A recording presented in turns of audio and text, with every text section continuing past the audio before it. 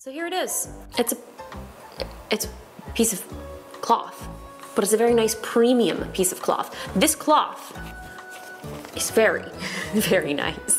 And of course it has an Apple logo on it. You see that smudge? Look at that. No more smudge. And I know what you're gonna say.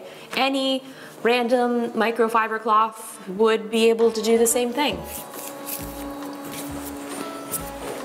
I mean, you're not wrong, but this is such a nice soft feel, and it has an Apple logo on it, and it was $20, and it's worth every penny of it.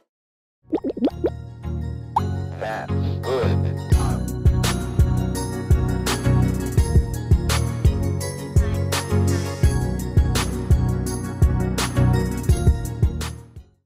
Salut tout le monde. Bon, alors vous en avez sans doute entendu parler, mais fin octobre 2021, la marque Apple a fait un peu parler d'elle, et pas forcément en bien, avec la sortie d'un nouvel accessoire, une chiffonnette à microfibre vendue 25 €. Et évidemment, à ce prix-là, il y a eu pas mal de gens, dont je fais partie, qui ont un peu ironisé sur la politique tarifaire de la firme américaine, et sur le fait que il y a une partie de sa clientèle qui semble perdre la raison dès lors qu'elle voit le logo à la pomme sur un produit. Apple a à peine sorti ce chiffon à 25 € que le truc est déjà en rupture de stock. Là, je l'ai commandé, il n'arrivera que mi-janvier. Et en fait, pour moi, ce nouveau produit Apple, et le débat qui suscite, ça va être une excellente occasion de parler de théorie économique. Alors, l'économie, c'est pas du tout ma spécialité, hein. Moi, j'ai étudié plutôt l'aspect communicationnel de la politique, donc je veux pas me faire passer pour ce que je suis pas. Je ne suis pas expert dans le domaine. Et justement, quand je me penche sur des questions de cette nature, je me réfère souvent à des gens dont c'est le métier, comme Piketty ou Lordon. Oui, je sais, c'est des références très hétérodoxes. Et puis j'aime beaucoup aussi Daniel Markovits, qui lui est américain, qui est enseignant en droit à Yale, mais qui reste, il me semble, assez expert sur les questions économiques. Et donc grâce à la chiffonnette Apple, on va pouvoir parler d'un concept fondateur de l'orthodoxie économique, à savoir la théorie du choix rationnel. Alors la théorie du choix rationnel, elle a des racines complexes qui sont évidemment discutables, mais je pense pas me tromper en disant que le concept de la main invisible d'Adam Smith, en fait, il pose les fondations idéologiques qui vont servir à bâtir la théorie du choix rationnel, et plus largement l'orthodoxie économique dans laquelle on évolue aujourd'hui. Alors rapidement, Adam Smith, c'était un philosophe et économiste écossais du XVIIIe siècle, qui est considéré comme l'un des pionniers du libéralisme économique, et justement, je parlais de l'orthodoxie actuelle dans ce domaine, qui est libérale, et qui en outre part du principe que les acteurs économiques sont motivés par la raison plus que par leur passion. Et pour illustrer ça, je vais vous lire un passage des recherches sur la cause et la nature de la richesse des nations, qui est un peu l'ouvrage phare d'Adam Smith.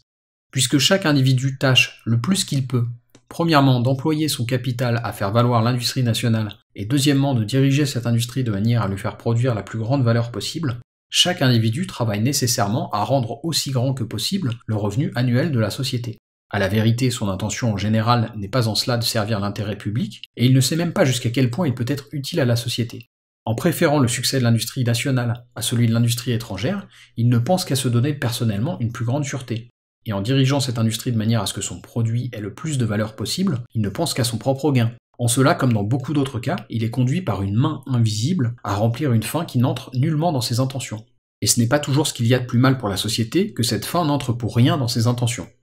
Tout en ne cherchant que son intérêt personnel, il travaille souvent d'une manière bien plus efficace pour l'intérêt de la société que s'il avait réellement pour but d'y travailler. Alors évidemment, c'est un peu cruel d'opposer Adam Smith à la chiffonnette Apple, parce que le gars vivait au XVIIIe siècle, et il pouvait pas forcément prédire les excès dans lesquels le capitalisme mondialisé tomberait plus de 200 ans après sa mort. Parce que oui, je pense que vous me voyez venir, mais j'ai du mal à percevoir la chiffonnette Apple comme un produit qui entre dans l'intérêt de la société.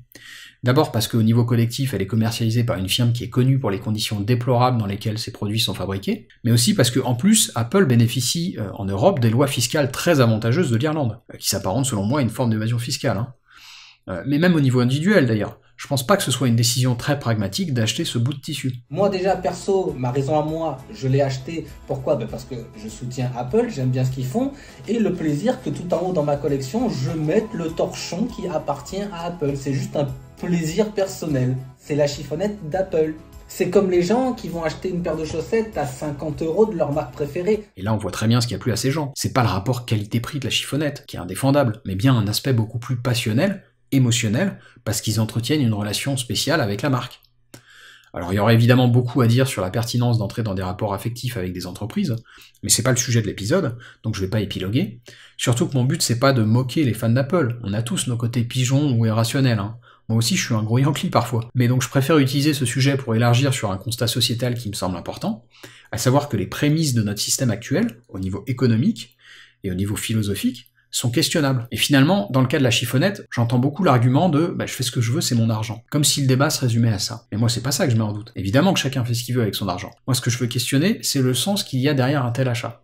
Parce que c'est pas parce qu'un comportement est volontaire qu'il est libre ou rationnel. C'est pas la même chose. Ou alors on peut aussi dire qu'un junkie fait un choix libre et rationnel quand il se fait son fixe de meth ou d'héroïne. Mais non, c'est pas parce que vous désirez quelque chose que vous exercez votre liberté ou votre rationalité. On peut désirer des choses de façon totalement irrationnelle. Certains diraient même d'ailleurs que le désir est fondamentalement irrationnel. Et dès lors, est-ce que c'est notre liberté qu'on exerce quand on désire des choses? Rien n'est moins sûr.